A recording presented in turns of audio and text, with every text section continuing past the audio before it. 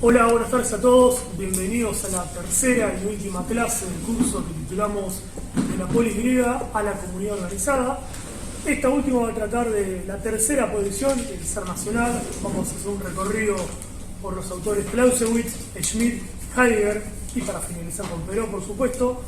Antes que nada, les pedimos por favor que los celulares estén en modo vibrador y las preguntas al final, y mismo cuando se hagan las preguntas, que sean preguntas y no exposiciones, ¿sí? Por respeto hacia los demás compañeros. Bueno, gracias a todos, ¿no?, por esta presencia.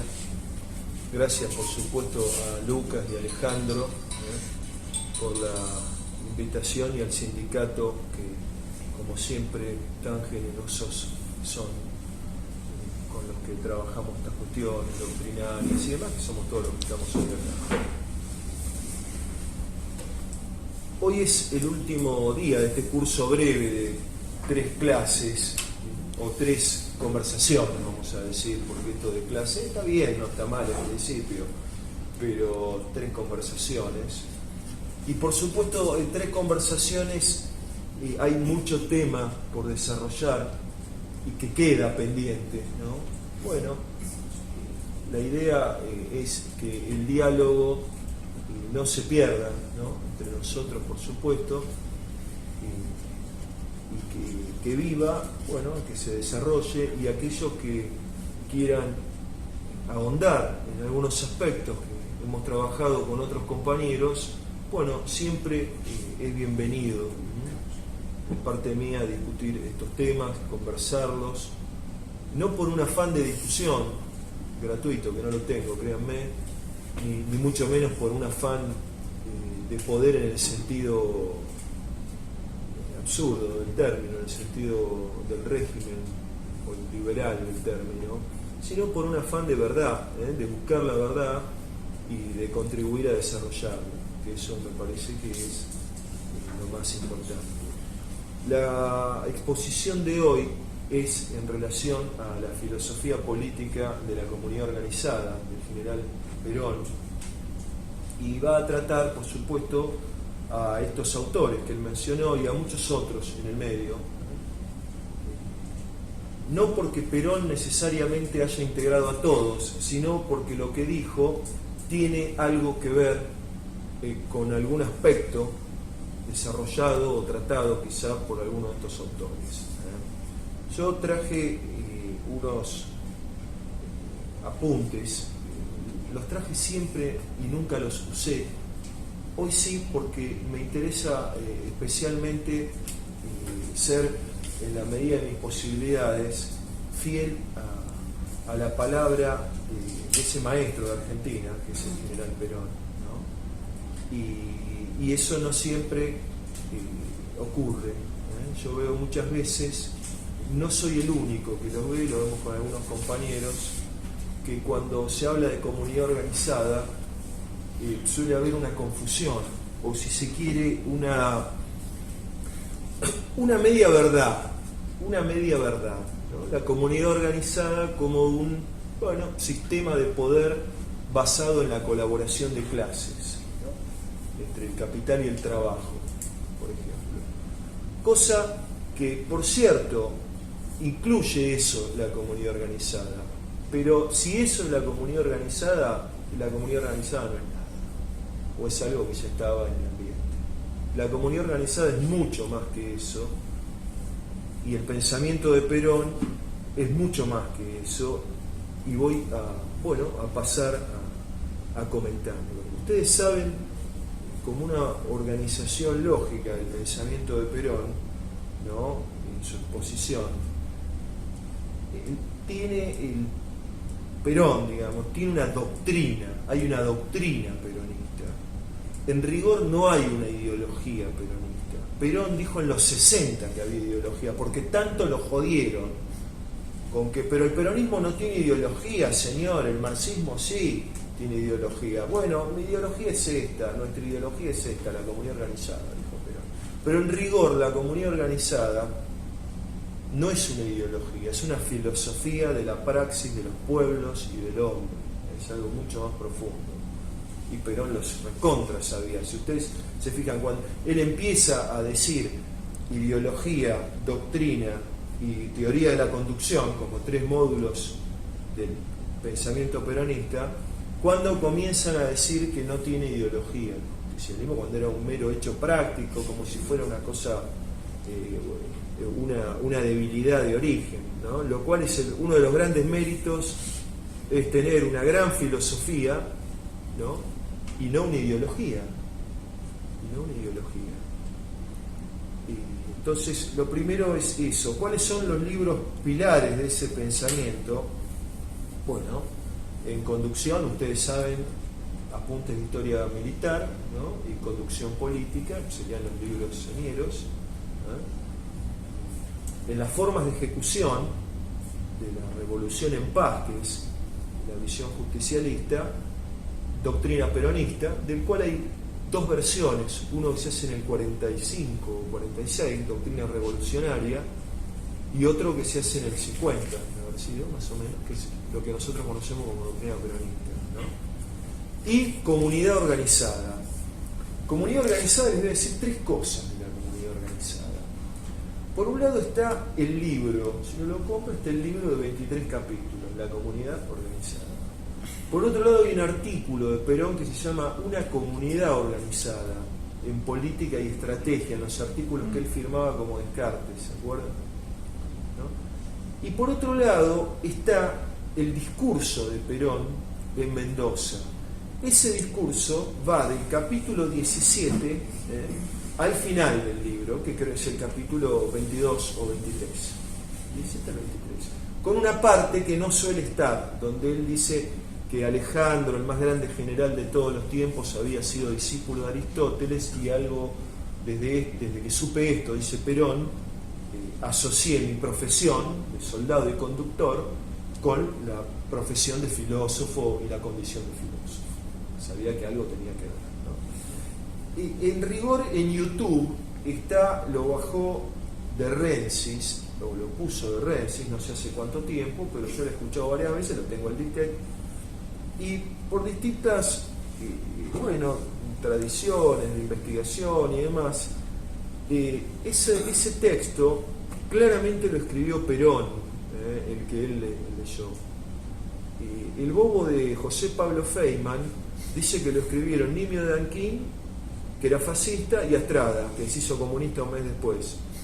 Es decir, eso lo escuchó en algún lado. Yo sé de gente, por ejemplo, Alejandro Álvarez le preguntó a Perón en Puerta de Hierro: general, esto lo escribió usted, Astrada, ¿cómo estas cosas que se dicen?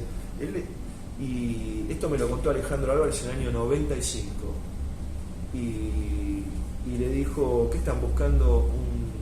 ¿Un escritor famoso? No, en general, la gente dice cualquier cosa. Bueno, luego tengo un disquete, un CD del año 67, que me alcanzó un compañero, donde Perón está hablando con unos muchachos de Entre Ríos, estudiantes, y él les dice que ese texto de Comunidad Organizada lo había escrito a instancias en el marco del Consejo de Posguerra, ¿no?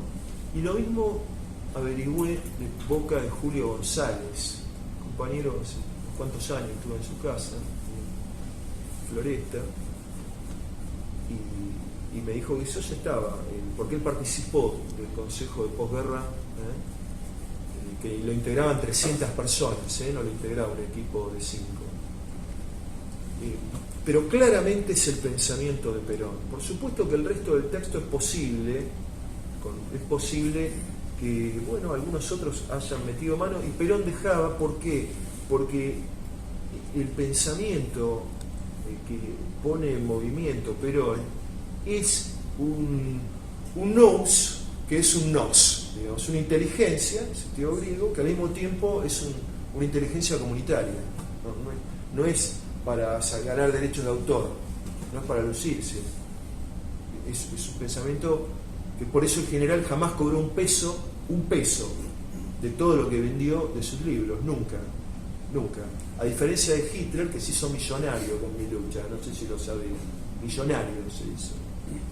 Perón no cobró porque además era para el pueblo argentino y para todos los pueblos que lo captasen el mensaje. Entonces quería hacer estas aclaraciones, ¿no? Y en primer término interesa delimitar a este pensamiento, vamos a llamarle a la filosofía de la comunidad organizada, del resto de los sistemas ideológicos e incluso filosóficos en general. Perón sostiene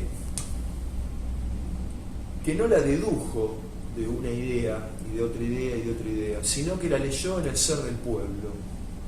Y eso es algo absolutamente clave. Es una diferencia total entre el pensamiento que pone en movimiento Perón en el siglo XX, ¿no?, que además viene de una larga tradición, ahora lo vamos a ver, y los sistemas ideológicos, ¿no?, los sistemas ideológicos. ¿Qué le importa a la ideología que piensa el pueblo? Hay un autor que, bueno, yo creo que está equivocado en su definición del hombre, ¿no?, pero que tiene una cosa acertada, que es Rodolfo Puig. Él dice: estos muchachos que quieren que los obreros manejen las empresas y demás, ¿no?, el socialismo de los años 70, le preguntaron a los obreros si los obreros quieren dedicarse a gerenciar empresas, a comercializar, a hacer marketing. Evidentemente no le preguntaron. Lo que sí les digo es que la Revolución Rusa, cuando toma el poder, que lo toma Trotsky, Lenin lo había preparado para un día después, no lo hizo el pueblo, lo hizo un aparato armado porque estaba totalmente desintegrado el sistema. Fue un golpe de Estado en el sentido técnico del término. Tomaron todas las estructuras del Estado, pum, tomaron el poder. Convocaron elecciones para una constituyente y perdieron. ¿Qué hicieron? Anularon la elección. Perdieron la primera elección. Después tuvieron que hacer una fumigación, digamos, gigantesca, matando muchísima gente a escala, ¿no? Y eso lo vendieron como sistema ideológico, sistema marxista, ¿no?, marxista-leninista. En el año 73, cuando el general Perón retornó a la Argentina, definitivamente, el Shah de Persia, que era entonces, envió a la Argentina, había enviado ese monumento que está, que es una copia del templo de Persépolis, de una columna del templo de Persépolis, que está enfrente del jardín japonés en Palermo. Había enviado una copia de lo que se llama, la historia conoce como el cilindro, escrito, digamos, inspirado por el rey Ciro. Fíjense que a punta de historia militar empieza hablando de quién, de Ciro. Ese decreto, ¿cómo lo conoce la historia? Como el decreto de libertad y liberación de los pueblos. Porque Ciro, en el siglo VI a.C., cuando conquista Babilonia, libera a los pueblos. Entre otros al pueblo judío, que estaba esclavizado, para que vuelva a donde quisiera. No es menor, él ya entendió que debía estar acá. Después se tuvo cuenta la historia en la Plaza Irlanda y se la afanaron, ¿no?, el malandraje. Por supuesto que el original está en el Museo Británico y lo han enviado a la República Islámica de Irán, toda la República. Lo han enviado, pero con un convenio de devolución, qué sé yo, ¿no?, porque es el decreto de liberación de los pueblos. En su testamento, Isabel la Católica, entre otras cosas, ¿no?, dice que no hay que meterse ni con las propiedades, ni con los bienes, ni con las personas de los indios, sino evangelizarlos. Y aquel que cometiera injusticia debe pagarla y debe repararla. Les traigo a colación este panorama histórico en dos instantáneas, apenas, dos cositas, apenas. Porque la comunidad organizada se inscribe en ese largo camino de las comunidades por su propia autarquía, por su propia autoadministración y por su propia justicia. Esa es la base de la comunidad organizada. Por eso lo que anuncia Perón en la comunidad organizada no es solamente una concertación o un método de colaboración. Eso está porque era un hombre pacífico que quería que la gente viviese y disfrutase de la vida, ¿no? Sin culpas y sin presiones, ¿no? La base profunda del pensamiento de Perón es esa conexión con la historia de los pueblos y esa lucha secular entre los pueblos y las distintas oligarquías. Oligarquía en sentido clásico del término, en sentido filosófico del término. Cuando nosotros hablamos a veces de oligarquía, pensamos en los propietarios, qué sé yo, en los viejos propietarios de la Pampa húmeda, ¿no? Eso se llamó oligarquía, bueno, fenómeno. Pero la oligarquía es un grupo dominante que concentra el poder y lo maneja en base a mentiras y violencia, mentiras y violencia, ¿no? Entonces, curiosamente, el problema del vanguardismo, que es el problema que estábamos conversando en relación a John William Cook, y en esto voy a reiterar lo siguiente: cuando a Cook lo levantan hoy, en realidad lo están hundiendo, porque a Cook hay que levantarlo cuando fue un héroe de la resistencia peronista y se bancaba los simulacros de fusilamiento, él y Raúl Lagomarsino, y se lo bancaba como un caballerazo, fumando sin que se le caiga la ceniza del cigarrillo. Entonces, claro, cuando Cook era un hombre de la resistencia y el peronismo, era un hombre muy valiente, el único al que Perón le dejaba, en caso de su muerte violenta, cuando estaba en el exilio, la conducción del movimiento, una cosa rarísima, ¿no? Es una excepción en la historia. Ahora, Cook en los 60 deja a Perón y se va con el guevarismo, ¿no? Que es como hay un dicho un tanto, ¿no? Como separarse de la mujer para casarse con la suegra, digamos, es, entre otras, digamos, por poner algo más o menos risueño. Guevara era un loco que podría haber muerto cayéndose del Everest o saltando en paracaídas o perdido en la Antártida, porque estaba para cualquiera, pero le gustó el sabor a los balazos y bueno, y el régimen inmediatamente lo tomó. Fíjense que lo tomó. Entonces, cuando John William Cook dice, no, el problema del peronismo es la vanguardia, la organización, cosa que después dijeron los Montos, y así le fue, ¿no? Así le fue. Eso es un error hasta desde el punto de vista militar, porque ustedes saben que la vanguardia es el escalón adelantado de un orden de batalla, un dispositivo de lucha, ¿no? Y la vanguardia no puede conducir, nunca. ¿Cómo va a conducir la vanguardia? El comandante no puede estar, una vez puede estar el comandante a visitar la vanguardia o encabezar para levantar la moral en una condición muy difícil, pero no puede estar la vanguardia, que son los más locos, los más agresivos, no pueden estar conduciendo la guerra ni la política. Es un disparate, digamos, un problema. Entonces, la idea de que un grupo de tipos de vanguardia conduzca al resto, que es el pueblo, es una idea oligárquica, porque es una minoría la que pretende conducir al conjunto del dispositivo. Oligarquita de izquierda, ¿qué me importa? De izquierda a derecha es la misma historia, es lo mismo. Si nosotros estamos hablando del decreto de liberación de los pueblos de Ciro, estamos hablando de que Isabel la Católica dijo, no se metan con la gente, no la jodan, evangelícenlo, sean justos, es decir, conviértanlos a la fe, ¿sí? Pero sean justos. ¿Qué como la vanguardia? ¿Quiénes son la vanguardia? Son los que están más descolgados del resto, como pasa en el arte. Cuando ustedes van a la exposición de arte de vanguardia, no se entiende un carajo. Si yo estoy sentado en la obra de arte de vanguardia, ¿cuál es la silla de plástico? Uy, culpa, no sabía, pensé que era. Pasa eso. Entonces está descolgado del resto, la vanguardia. Entonces ese fue el problema, por eso los militares los mataron. Por eso, porque estaban descolgados del resto. Si hubiera estado el pueblo con ellos, hubieran ganado. ¿Qué duda cabe? Ahora, que no digan una cosa, Perón se los dijo.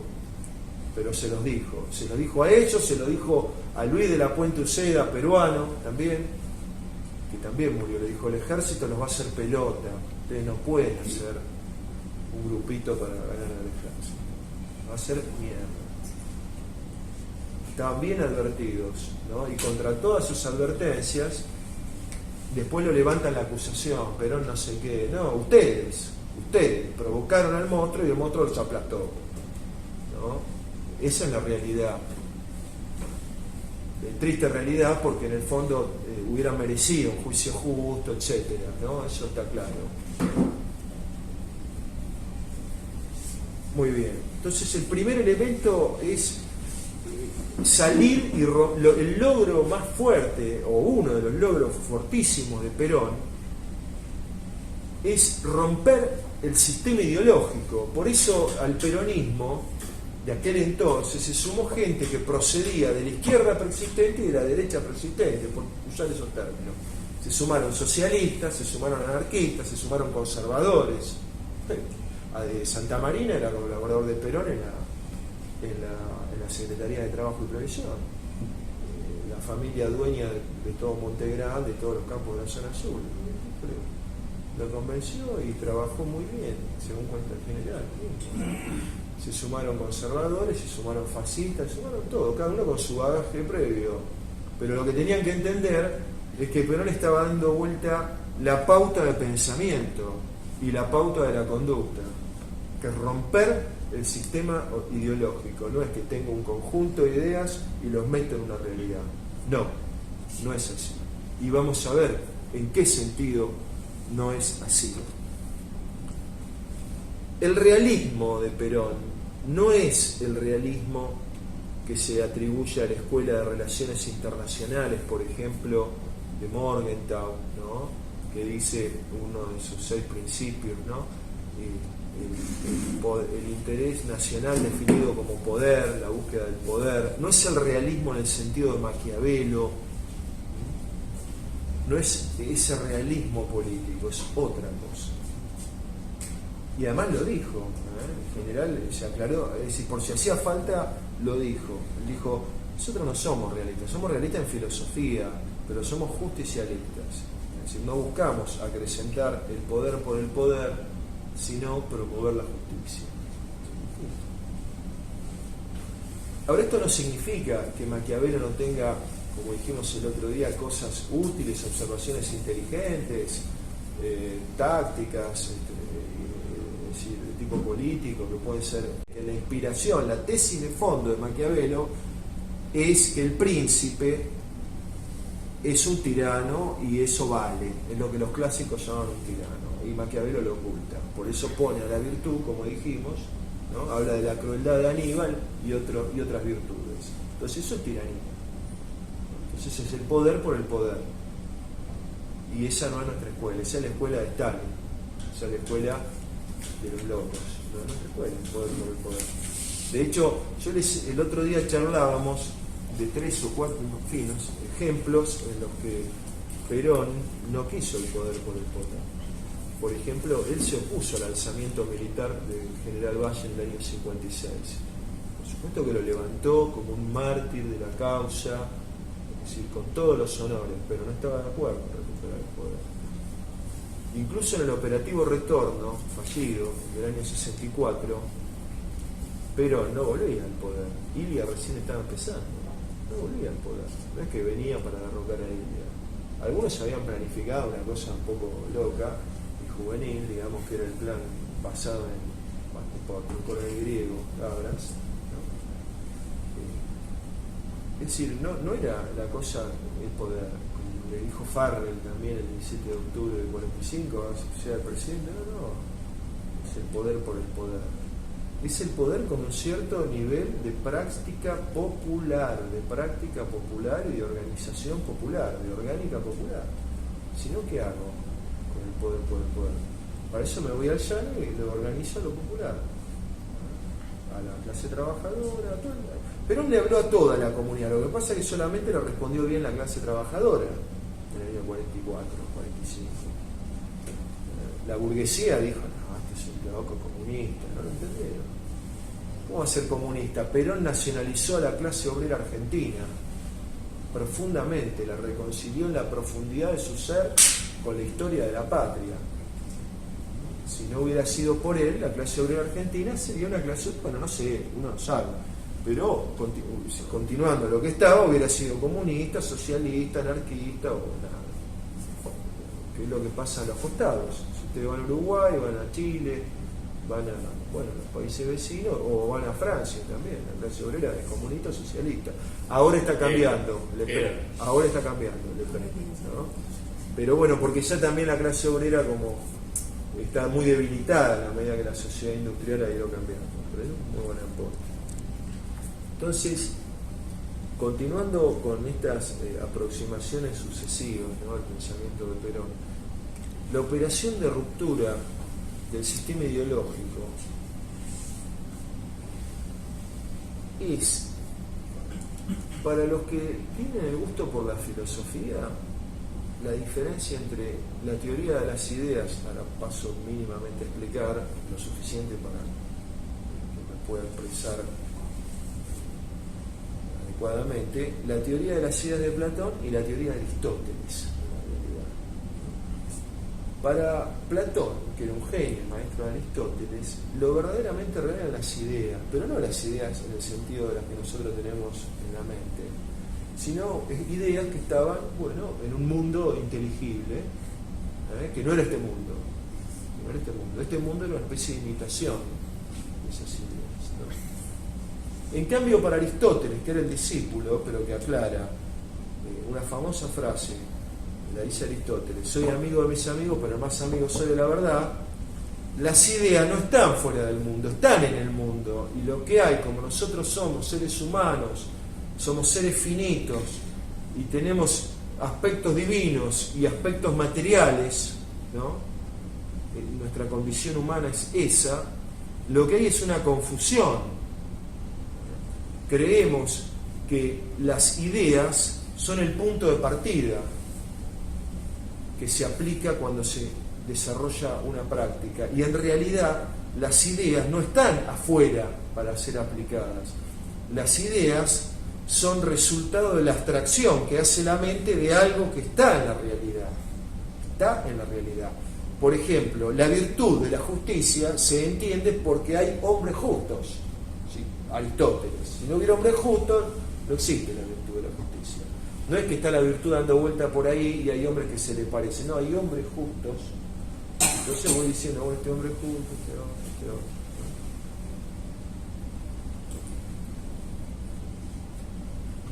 Perón nos enseña, creo yo, ¿no?, a leer la verdad en la realidad. A leer la verdad en la realidad. En el sentido actual, ideológico y falso, creo yo, se dice, ustedes lo pueden ver en el sistema educativo, el conocimiento se construye, se construye, se construye y se construye. ¿No? El constructivismo. ¿Sí? Sí, no existe un conocimiento adecuado a la realidad sino una construcción mental. Eso, por supuesto que el conocimiento es una tarea, no es una pura visión, ¿no? Puede ser por revelación o puede ser una tarea mental. Pero no es que lo construye la mente por fuera de la realidad.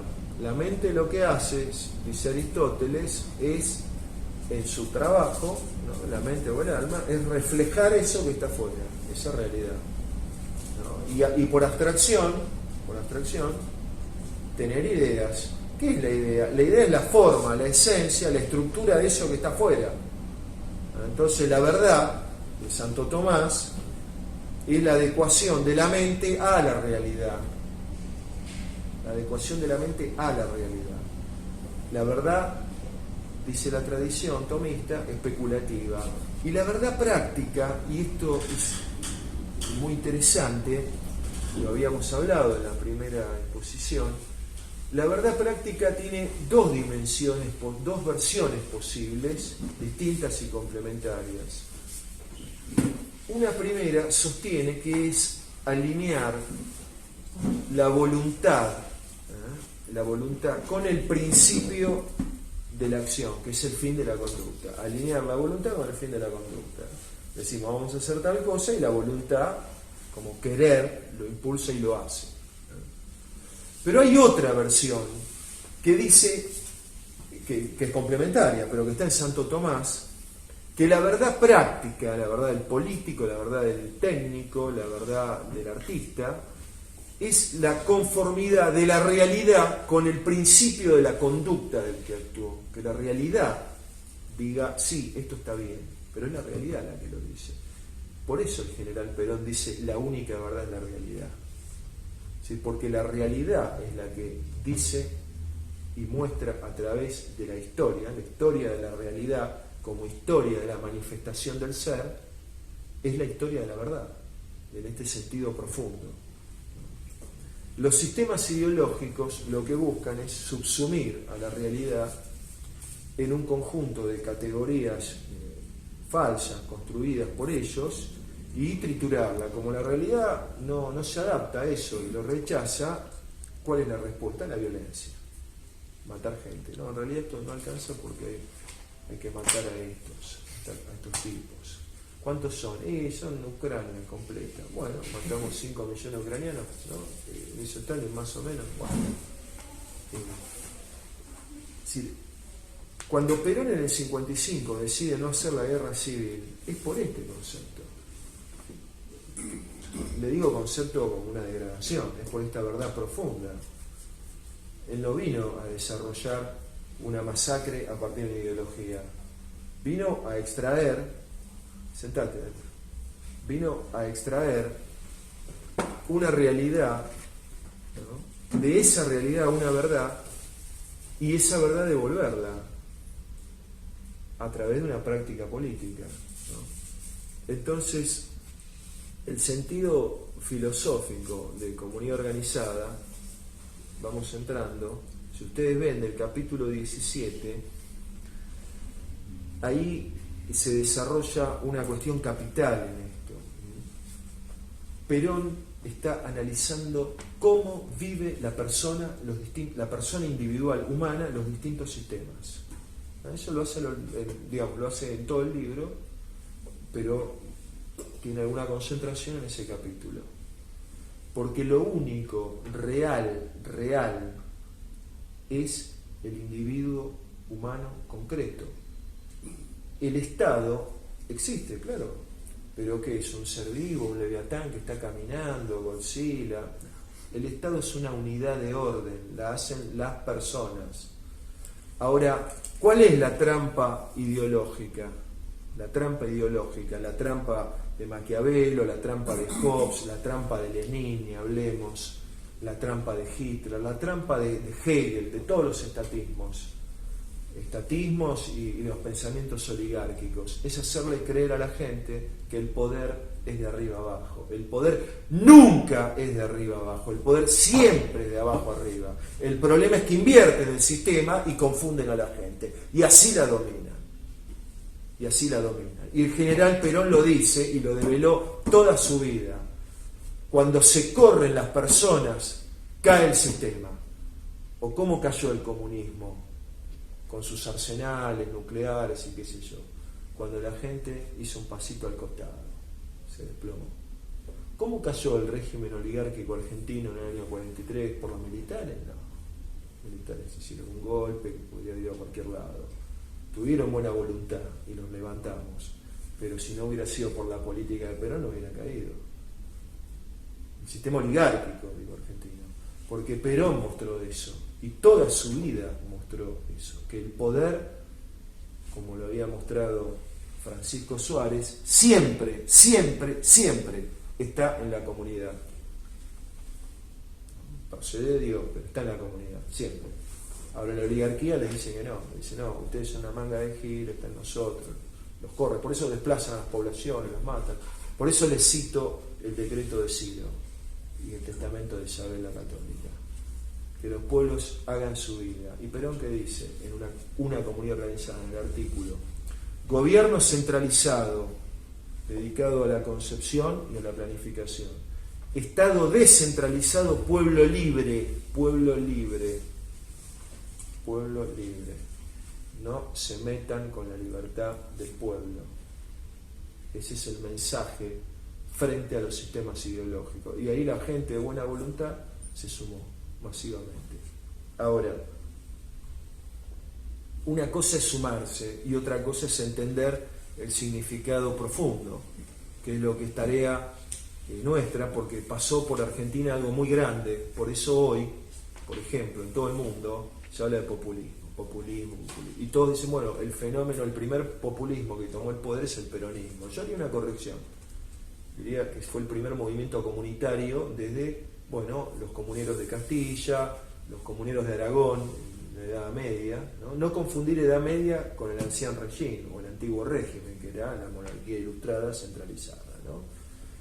Las comunas cristianas, las comunidades cristianas, ¿no? El peronismo es comunitarista, no comunista, que esa es la trampa de ellos, es comunitarista, de la comunidad, con su división de tareas, de trabajo, pero ¿qué es la comunidad? La comunidad es un nos, ¿no?, que descansa en el ser humano, frente a Hobbes, ¿no?, donde las personas son átomos individuales, o Adam Smith, que la libre competencia entre sí, es decir, la suma de vicios particulares genera el bienestar colectivo. Como muestra Heidegger, y Perón lo tiene súper claro, no porque haya leído Heidegger, sino porque hay una misma visión de una misma realidad, que ya lo había visto Aristóteles también. La persona humana tiene, entre otros, tres momentos que la integran. Uno es ser consigo mismo, ¿no? Todos tenemos ese momento reflexivo, somos con nosotros mismos. Ser con las cosas, todos tenemos alguna relación con las cosas del mundo, ¿no? Con las cosas de la práctica, con las cosas, en fin, con la figura, la ciudad, la calle, la vereda, lo que ustedes quieran, ¿no? Y ser con los demás. Eso es ser con vivencia, vivir con. Eso no nos es dado rechazarlo. No nos es dado rechazarlo. Somos, como dijo Aristóteles y Santo Tomás, animales, bueno, sociales y políticos. Animal racional, social y político. Santo Tomás. Es decir, no nos es dado, está en nuestra naturaleza. Hobbes y todo el realismo político famoso quiere mostrar y destacar la animalidad del hombre. Lucha por el poder, como si fuera un lobo que está, no sé qué, ya no existe. Somos con los demás, necesariamente. Entonces, el pensamiento comunitario, que es milenario, destaca esta naturaleza humana esencialmente sociable, esencialmente comunitaria, esencialmente política, podemos decir, en sentido muy amplio del término, frente a todo lo que son los sistemas ideológicos, ¿no? El materialismo marxista, el materialismo liberal y el idealismo hegeliano. Los dos son idealismos porque los dos quieren meter a los pueblos en una ingeniería, en una licuadora y cortarlos y sacrificarlos. Todos hicieron grandes desplazamientos de poblaciones. Son la vanguardia, ¿cómo no lo van a hacer? Están adelante, están mucho más adelante que nosotros, ¿no? Así dicen, todo mentira, por supuesto, ¿no? Ustedes fíjense que apunte historia militar, cuando nombra la figura, empieza con Ciro y termina con San Martín, con el general San Martín. Los dos fueron libertadores de pueblos. Nada es porque sí, en Perón, cuidado, nada es porque sí. Ahora, decía, populismo, ¿no? Por ejemplo, fíjense la crisis que hay en Chile, ¿no? Que se superponen, digamos, operaciones violentas de grupos, vamos a decir, anarcos, narcos, bueno, todo, ¿no? Pero con un reclamo de millones de personas que se han movilizado que piden un cambio de modelo. Claro, en Chile les digo porque yo tengo amigos y voy, hablamos con algunos y tengo compañeros, allá está Pedro Godoy, que es un gran peronista, digamos chileno, pero muy influenciado, un gran chileno además. En Chile, populismo es una recontra mala palabra, como es acá en parte, pero acá ese no es mala palabra, ¿no? Chile es una mala palabra. Entonces los tipos están bloqueados, el sistema ideológico los bloqueó, porque lo que deberían hacer para resolver es lo que piden. ¿Qué están pidiendo? Una reforma impositiva, ¿no? Mejores salarios, para eso hace falta convenciones colectivas de trabajo, creo yo, o que llueva maná del cielo, ¿no? Normalmente. Piden estatización de las AFJP, que se llaman AFP en Chile, sistema de reparto, sistema solidario, y piden una universidad por región, digamos, sería la solución. Pero eso es populismo, un horror ¿para quién? Para los dueños de Chile, por supuesto, el horror para ellos, ¿no? Pero la trampa es decir populismo, podemos tomarlo o no tomarlo, lo importante me parece a mí, del concepto, donde sí es verdadero, es el concepto de pueblo y su asociación con el concepto de política, ¿no? Ustedes se acuerdan que Cicerón decía que pueblo no es toda multitud aglomerada, sino, bueno, una reunión especial de acuerdo a una utilidad común y de acuerdo a derecho. Perón dice algo similar, que cita bastante Cicerón, entre otras cosas, el libro Las fuerzas y el derecho de las bestias, Cicerón en Francia, ¿no? Pueblo no es cualquier masa, pueblo es cuando hay un cierto nivel de personalidad social, de organización y de conciencia social. Y solamente eso se puede conducir y orientar.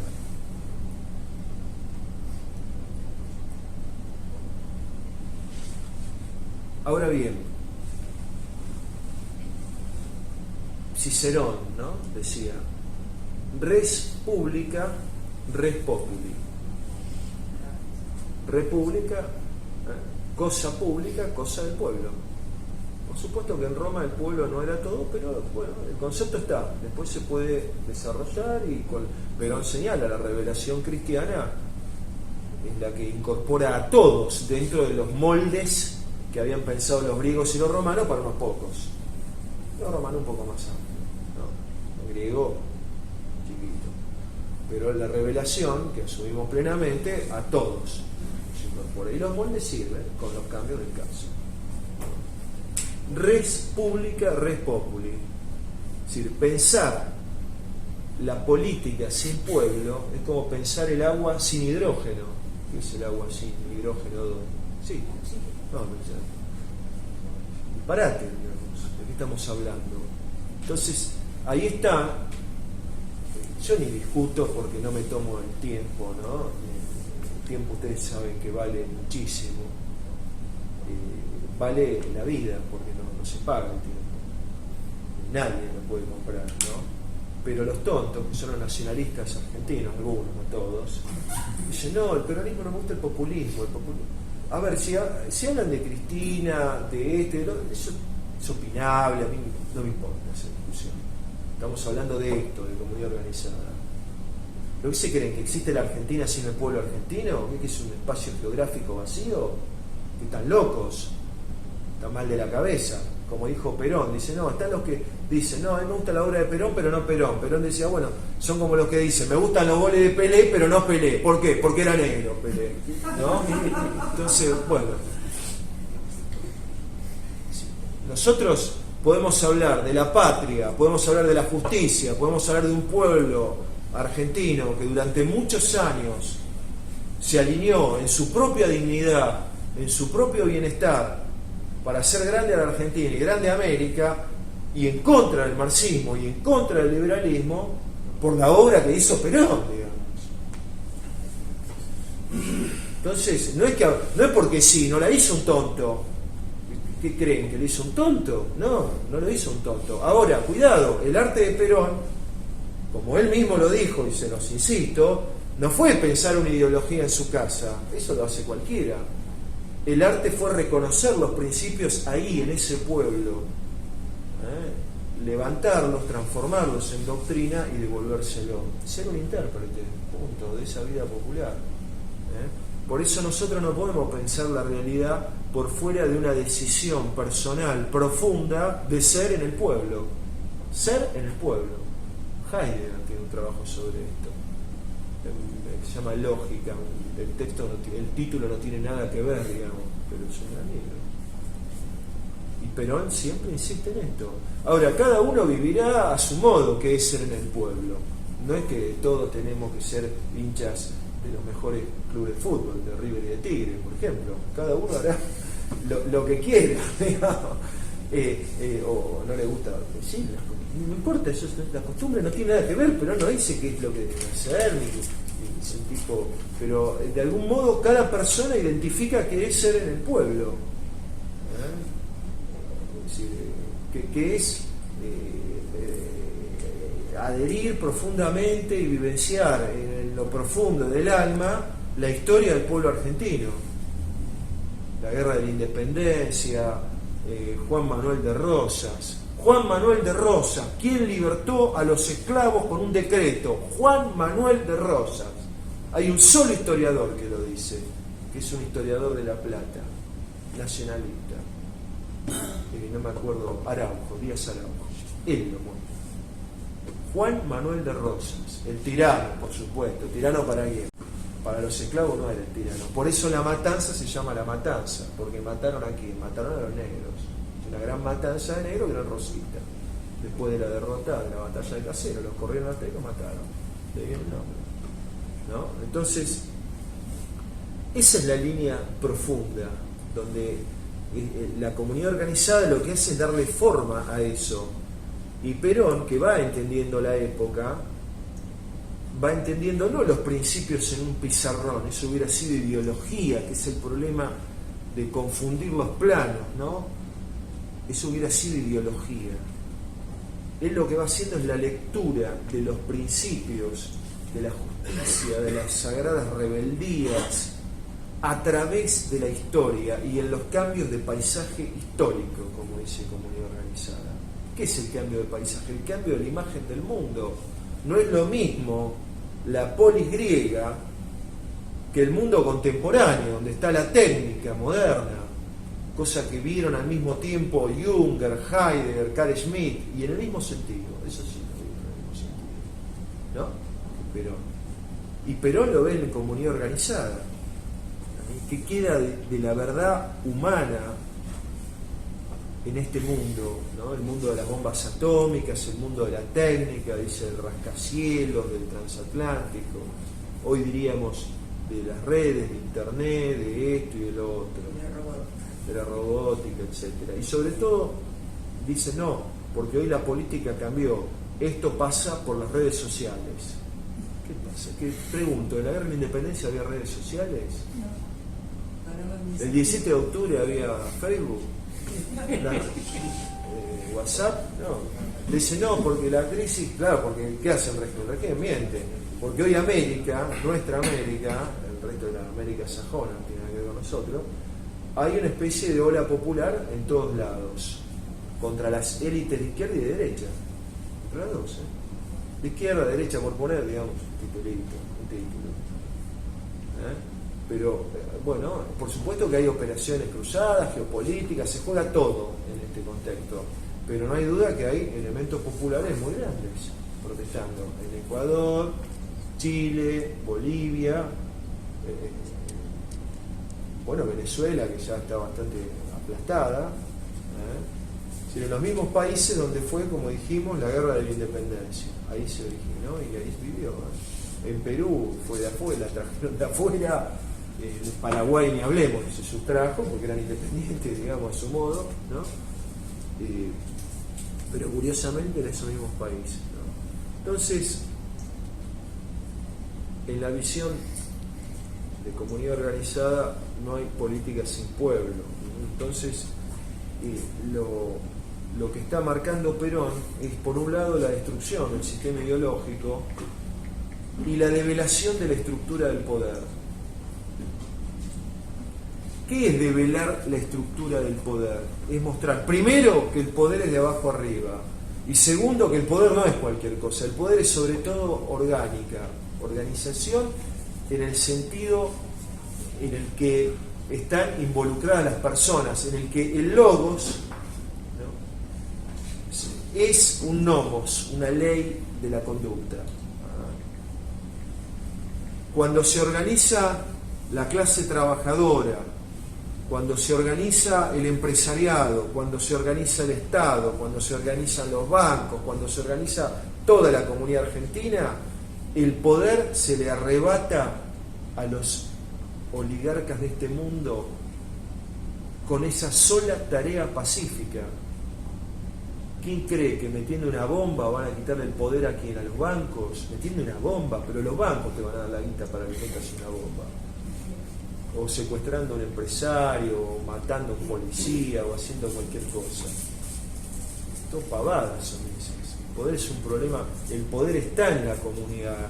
La oligarquía ancestral, digamos, en ese sentido lo digo, que es gnóstica, bueno, ahora quizá no viene al caso desarrollarlo, entiendan por lo menos que entendamos que es ideológica, le dicen, no señores, el poder está en nosotros, ustedes no están, y dale que te vaya, el poder está en las redes sociales, no está en ustedes, el poder está en los medios, no está en ustedes, el poder está en nosotros, está en el pueblo, en la comunidad.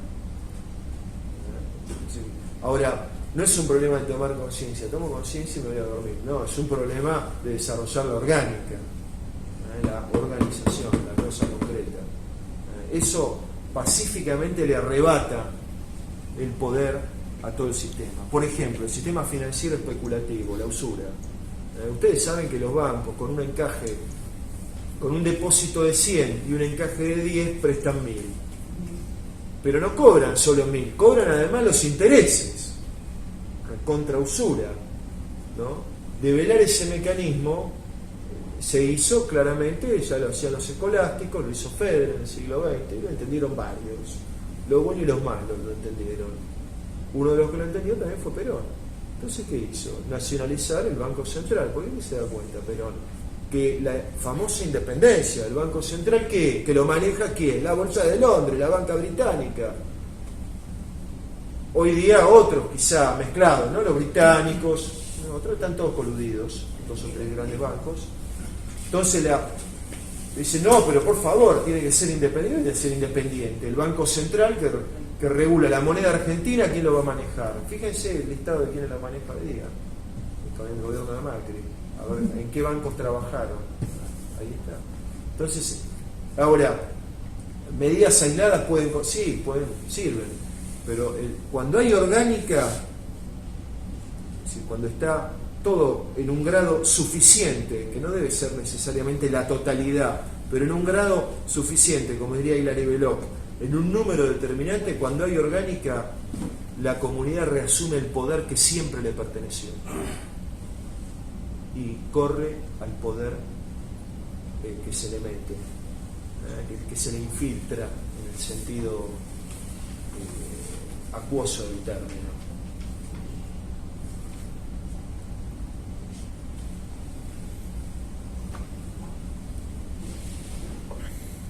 ¿Cómo es la práctica política donde realmente está el poder?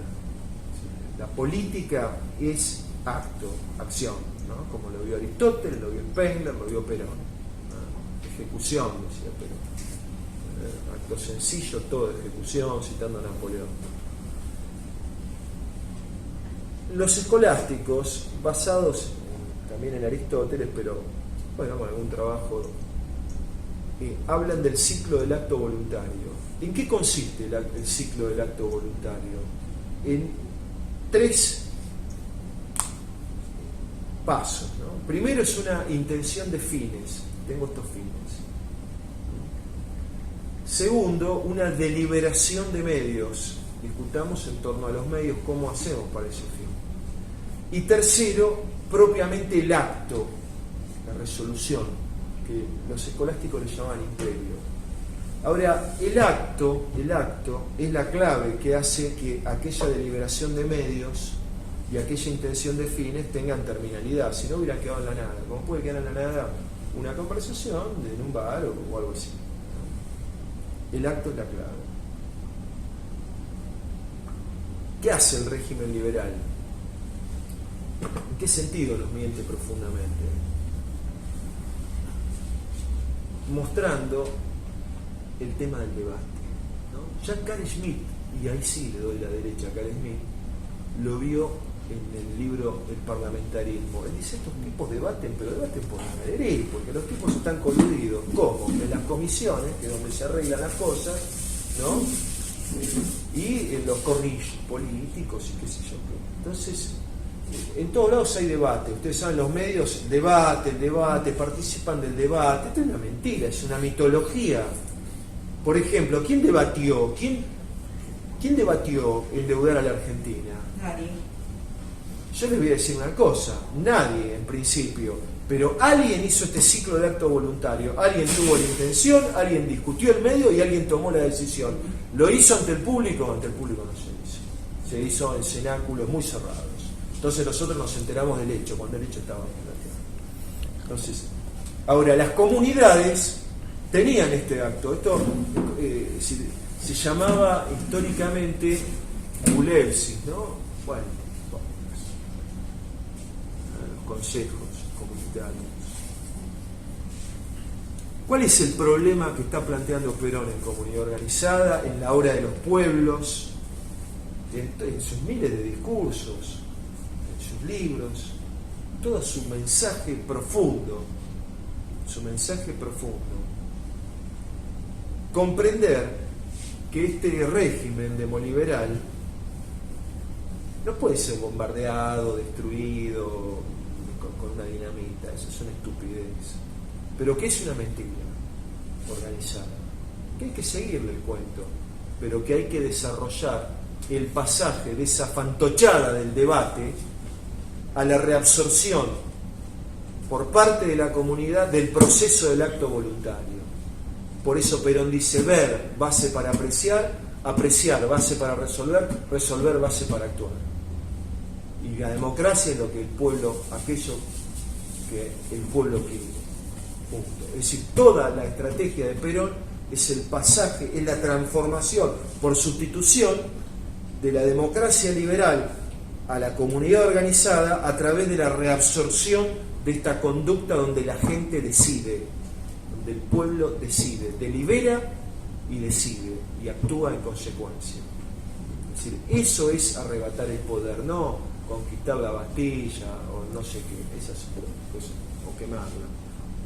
Ahora, eso tiene también una serie de desarrollos en la historia que pasa, por supuesto, por la orgánica, donde la gente decide en el gremio qué es lo que se hace, en la empresa, etcétera, ¿no? Y todo ese conjunto de factores concurrentes de una comunidad. Sustituir el debate falso por el proceso verdadero del acto voluntario, que es el que hoy se hace en las sombras. Se hace en las sombras. Por eso los argentinos tenemos una deuda externa gigantesca y nunca ninguno de nosotros tuvo esa intención de contraerla, deliberó contraerla, ni tuvo el acto de contraerla. Eso lo hicieron otros. Que se han ocultado, pero bueno, nada en el fondo es del todo invisible al que hurga la cosa, que investiga la cosa. Ahora bien, para ir finalizando, remarquemos nuevamente que comunidad organizada no es solamente un método de organización del poder, de colaboración de clases, que eso es una consecuencia posterior a esta comprensión profunda de reabsorción del poder por parte de la comunidad, por un lado.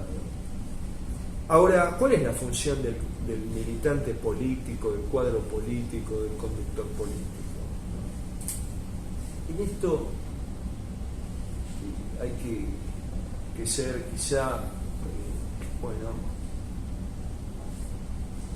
un tanto, crítico, ¿no? Perón dijo: cada peronista debe llevar el bastón de mariscal en la chicos. Dijo el de mariscal, no dijo el de ladrón, no dijo el de concejal, dijo el de mariscal, ¿no? Ahora, muchos sabemos que, o decidimos que no queremos ser mariscales, pero sí tenemos la misión ¿de qué? De transmitir la doctrina, que no es ideología, repito, no es un sistema de ideas que está ahí afuera en el mundo inteligible y que la gente debe acomodarse. No, es doctrina, es un pensar orientado hacia un obrar y que nace de un obrar y vuelve a ese obrar. ¿Cómo vuelve al obrar? En la línea de la perfección de ese obrar, no en la línea del vicio, en la línea de la destrucción. Si ustedes toman la doctrina peronista, el libro que así se llama, Doctrina Peronista, ahí van a ver que los tres bios de los que habla Aristóteles, las tres dimensiones del hombre, la parte física, la parte social y la parte divina, especulativa y demás, están contemplados, perfectamente contemplados. La parte física, ahí está la política de salud, la política alimentaria, la política de material, la gente tiene que vivir, ¿no? En la parte social, ahí está el Estado. ¿Qué es el Estado? Es doctrina en acción, dice Perón. Está la organización, la ética, hay un montón de capítulos sobre las virtudes de la convivencia y demás. Y también está la parte divina que tenemos los seres humanos como criaturas, ¿no? Perón por eso dice, bueno, hay que preparar la contemplación de nuestra condición eterna. Comunidad organizada, ¿cómo cierra? Con una frase Spinoza: sentimos, experimentamos que somos eternos. Entonces preparamos las condiciones para contemplar eso. La doctrina tiene formas de ejecución en orden a esos tres bios, a esas tres dimensiones de la vida humana, que a su vez se corresponden tres clases de bienes. El pensamiento de Aristóteles y también, por supuesto, en el pensamiento de Perón. Ahora, la conducción que tiene, la conducción es simplemente, digamos, el manejo en orden a la perfección, es decir, en orden a la conversión de la masa en pueblo, de cuatro variables: las fuerzas populares y las fuerzas antipopulares, el lugar, que es el espacio acotado en el que se desarrollan las operaciones, el espacio, que es algo más que el lugar, es la zona de irradiación, y lo fundamental, el tiempo. Por eso el tiempo, como dice Heidegger, es el horizonte del ser. El tiempo es lo que Perón dice tantas veces. Por ejemplo, ya en el año 51 habla de la hora de los pueblos, luego está el libro La hora de los pueblos, y luego en los años 70 dijo el tiempo y no la sangre. Pero ¿por qué el tiempo? Porque tiene que hacer coincidir la línea de desarrollo natural, no forzada, de la comunidad, con un grado de maduración suficiente que tenga, con la estrategia política. Si no, sería vanguardia. En la coincidencia entre esas dos líneas de causalidad, la causalidad de la realidad comunitaria y la causalidad del acto político y de la estrategia política, en ese abrazo está el arte de la política peronista, que es una política que se basa siempre en una organización popular y en una ética popular. Muchas gracias.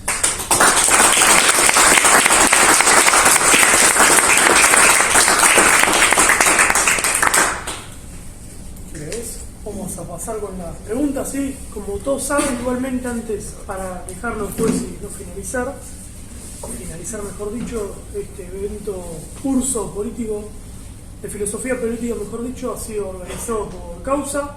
Es un espacio de filosofía política donde debatimos y promovemos la importancia, ¿no?, de poner primero el interés nacional, poner primero la nación, porque creemos que de esa manera solamente se puede integrar realmente al otro. Hoy tanto se habla de la patria es el otro, pero a veces se quiere decir, cuando se dice eso, se dice más la patria es el igual, es algo muy distinto a lo que es el otro. El otro es el que piensa diferente a mí, sí, absolutamente diferente, y que él puede tener su verdad y yo la mía, o yo puedo estar equivocado, ¿sí? Pero creemos que en esa integración el ser nacional toma de nuevo vida y se puede construir desde allí una comunidad nacional. Creo que ese es nuestro trabajo, así por lo menos lo interpretamos de causa, y creemos que es muy importante en eso promover poner nuevamente primero la patria, primero la comunidad, primero la nación, primero este interés nacional, sobre todo por lo que bien mencionaba Pablo, de dejar de lado las ideologías, ¿cierto? Que hoy vemos que tanto las ponen nuestros políticos, ya sea, en caso concreto podemos verlo como se equivocan. Fernández, por ejemplo, hace poco en apoyar al candidato que perdió en Uruguay, eso pone primero la ideología, o él no le tiene que importar quién dirige Uruguay, ¿sí? Le tiene que importar cómo proteger nuestros recursos, cómo reconstruir una medida mercante, cómo reconstruir una industria naval compartiendo ríos y mares en conjunto. Mismo la cuestión con Chile, mismo la cuestión con Evo Morales, me gusta a mí o no, compartimos litio, está, tenemos que industrializarlo y defenderlo, ¿cierto? Mismo con Chile, me gusta o no, pero también compartimos litio, compartimos una frontera, minerales y demás, que si seguimos poniendo las ideologías adelante, los intereses nacionales que hacen compartir los intereses regionales, y bueno, vamos a ser todos progresistas o todos neoliberales, pero saqueados, sin industria, sin futuro y sin nada, ¿sí? Vamos a tener quizás aborto legal, seguro y gratuito, pero ¿a costa de qué? A costa de estar endeudados, a costa de que todas nuestras industrias, cada vez más, sean de los chinos, estadounidenses. Parece que también se debate eso, ¿sí? Se debate, o si vamos con Estados Unidos, bueno, o si vamos con China, ¿por qué no ir con Argentina, no? ¿Por qué no ir con Sudamérica realmente? ¿Y por qué no continuar ese legado que nos deja nuestra padre de la patria que no se pudo hacer, de liderar Sudamérica, ¿sí? Que es muy importante realmente integrar esto, pero más lo queremos importante, como bien lo mencionaba Pablo, que es un deber de los argentinos, no de los políticos, y no debería poner un voto como borrego cada 4 años. No es así, no lo queremos así. Solamente van a cambiar las caras de la política cuando los argentinos tengan en claro qué país quieren, por supuesto, qué nación quieren, porque ahí los obligamos a los políticos que hablen de lo que queremos escuchar. Si no, van a seguir diciéndonos cualquier cosa, bueno, va a venir a Fernández, después vamos a lanzar a Fernández, va a venir otro Macri, y así desde los 80 ya estamos debatiendo entre el liberalismo de izquierda y el liberalismo de derecha, y creemos que algún día se tiene que acabar, pero se va a acabar no cuando vengan otra nueva casta política, sino cuando el pueblo deje de ser masa, porque ha vuelto a ser masa. Pero lo decía muy bien, los pueblos no se equivocan, pero la masa sí, las masas sí se equivocan, y la masa argentina se viene equivocando porque ha perdido su conciencia nacional, ¿sí? Su lugar de pertenencia al lugar, y ha olvidado su destino histórico. Cuando lo vuelva a recuperar, creemos que vamos a avanzar a ser nuevamente pueblo y vamos a poder plantearnos ser comunidad. Por eso nos pedimos que estén atentos a los próximos eventos del año que viene que nos esperan. Seguramente en marzo vamos a armar mesa de debate, vamos a ir continuando con los cursos, pero les pedimos algo que es muy importante para nosotros, que aparte de que asistan, que se formen por supuesto, también se animen a divulgar estas ideas, a recuperar la importancia de debatir política. No se debate política, siempre se dice que la política desune, es mentira, lo que desune son las ideologías. Si yo me planteo defender a un Macri o un Fernández, ¿sí? Porque son independientes ambos. Ahora sí, yo me debato qué Argentina quiero, una industrial, una liberal o demás, qué hago con mis recursos, qué hago con el litio, con la energía nuclear, qué hago con mis mares, qué hago con mi territorio, qué lugar quiero ocupar en el mundo. Eso yo no veo que pueda dividir. ¿Qué más? Me olvida a pensar, me olvida el pensamiento, me olvida a mí plantearme también qué lugar quiero en Argentina, qué quiero ser en Argentina, qué queremos ser en Argentina. Pero sin más que decir, pasamos a las preguntas.